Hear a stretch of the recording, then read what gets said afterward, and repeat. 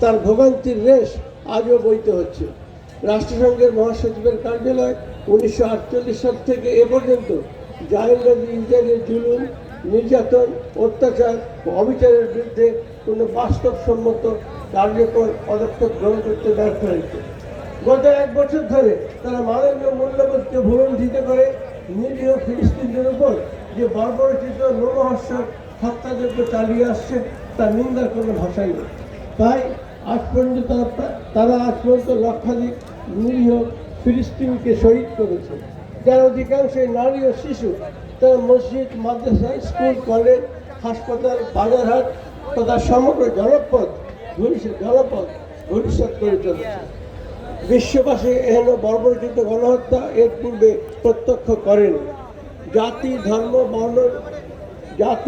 বর্ণ নির্বিশেষে বিশ্বের শতাধিক দেশের অসংখ্য শান্তিকামী মানুষ গণহত্যা বন্ধ এবং জোরালোভাবে স্বাধীন ফিলিস্তিন রাষ্ট্রের প্রতিষ্ঠার দাবি করেছে।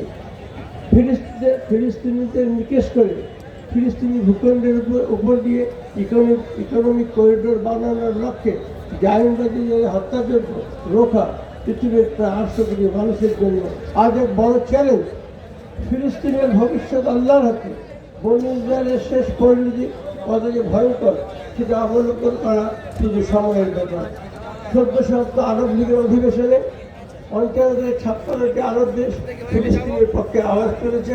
এর কোনো গুরুত্ব পৃথিবী দিচ্ছে না।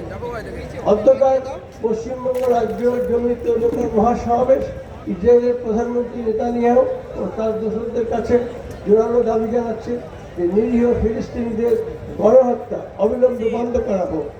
রাষ্ট্রসংঘের নিকট অনুরোধ, এই জুলুমের অবসানে তারা কার্যকরী ভূমিকা পালন করুন। বিভিন্ন রাষ্ট্রে তারা যেভাবে শান্তি রক্ষা বাহিনী পাঠিয়ে থাকে, অনুরূপভাবে এই হত্যাযজ্ঞের অবসানে ফিলিস্তিনেও শান্তিরক্ষী বাহিনী প্রেরণ করুন। জেরুজালেমকে রাজধানী করে ফিলিস্তিনকে স্বাধীন রাষ্ট্রের স্বীকৃতি দিন। কি আপনারা সমর্থন করেন এই প্রস্তাব?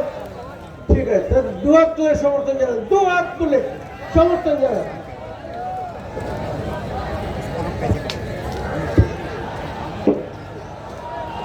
ভাইরা, যে রক্ত গাজা এবং ফিলিস্তিনে ঝরছে, আমরা এখানে সর্বশক্তি দিয়ে তার প্রতিবাদ করছি। আমাদের আহমদ হাসান ইমরান সাহেব যে প্রস্তাব পেশ করলেন, আমরা লক্ষাধিক মানুষের সমাবেশে তার পূর্ণ সমর্থন করছি। যদি প্রয়োজন হয় তাহলে এই কলকাতাতে আমরা অবস্থান কর্মসূচি নেব। আমরা তৈরি আছি কিনা? ইনশাআল্লাহ। এরপরে আমি বক্তব্য রাখার জন্য कलकत्ता मुअज़्ज़ज़ इमाम ईदैन कारी फजलुर रहमान साहब को दावत दूंगा। आप तशरीफ लाएं और इस एजेंडे के और इस तजवीज़ के मातहत में आप ताईदी कलिमात इरशाद फरमाएं। कारी साहब एक तो असुस्थ, आप थोड़ा सा कुर्सी एक चेयर आगे दो, आगे दे दीजिए, सामने दे दो। आप बैठिए पहले, चलो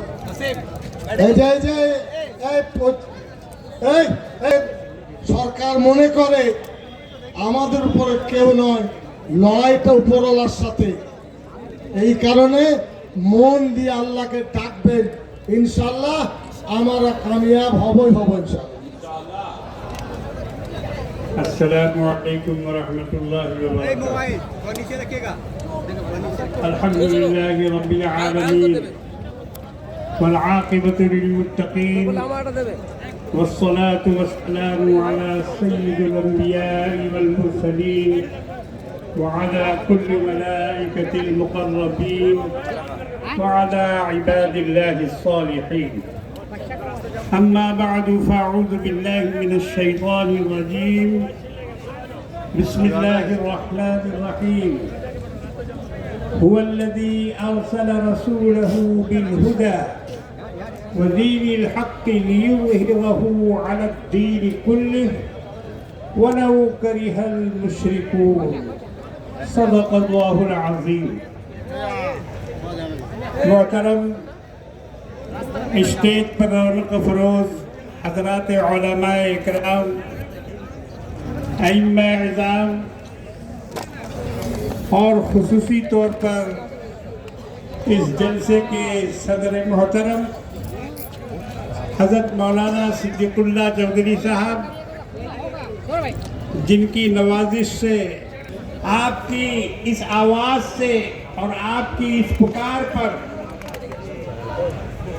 वो खौफ खा रहे होंगे कि कहीं ऐसा न हो कि ये टूटा हुआ तारा महे कामिल न बन जाए। ये उनको फिक्र है और इसके लिए वो तगोदो कर रहे हैं।